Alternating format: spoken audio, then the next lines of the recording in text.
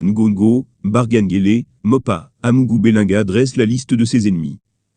Si vous êtes nouveau, n'hésitez pas de vous abonner. On commence.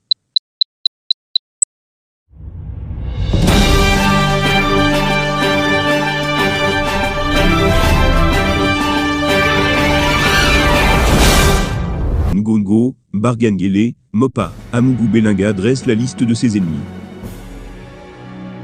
Le patron du groupe, l'anecdote commence l'année 2023 par de nouveaux scandales.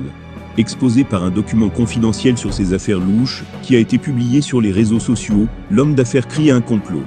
Derrière les personnes qui ont fait fuiter les documents qui retracent les marchés de plusieurs milliards, dont il a bénéficié de la présidence de la République, Amungu Belinga voit plusieurs ponts du régime qui veulent, selon lui, l'envoyer derrière les barreaux.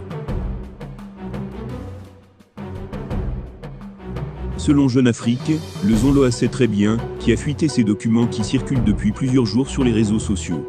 L'homme d'affaires s'est confié à plusieurs proches et se dit prêt à se battre jusqu'au bout.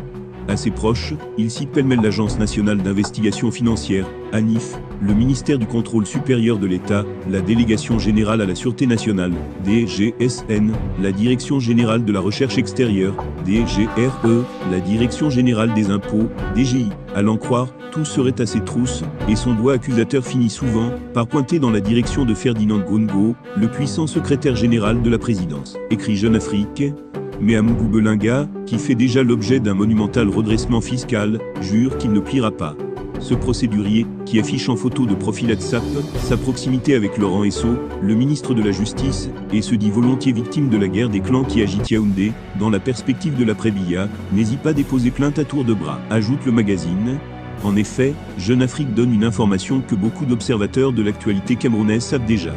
L'on se rappelle encore du jour, le PDG du groupe, l'anecdote a été interdit de sortir du territoire camerounais et son passeport confisqué par policiers à l'aéroport, alors qu'il tentait de voyager en France en 2022. Plusieurs de ses proches avaient alors vu le DGSN, Martin Bargangele derrière cette manœuvre. Ce dernier aurait reçu des ordres des tout-dits. Qui d'autre que le SGPR pouvait donner un tel ordre, quand on sait que Amungu Belinga et le directeur du cabinet civil de la présidence étaient des proches? Bien chers abonnés, c'est ainsi que nous arrivons au terme de cette édition. N'hésitez pas à continuer de nous soutenir à travers vos commentaires. Merci.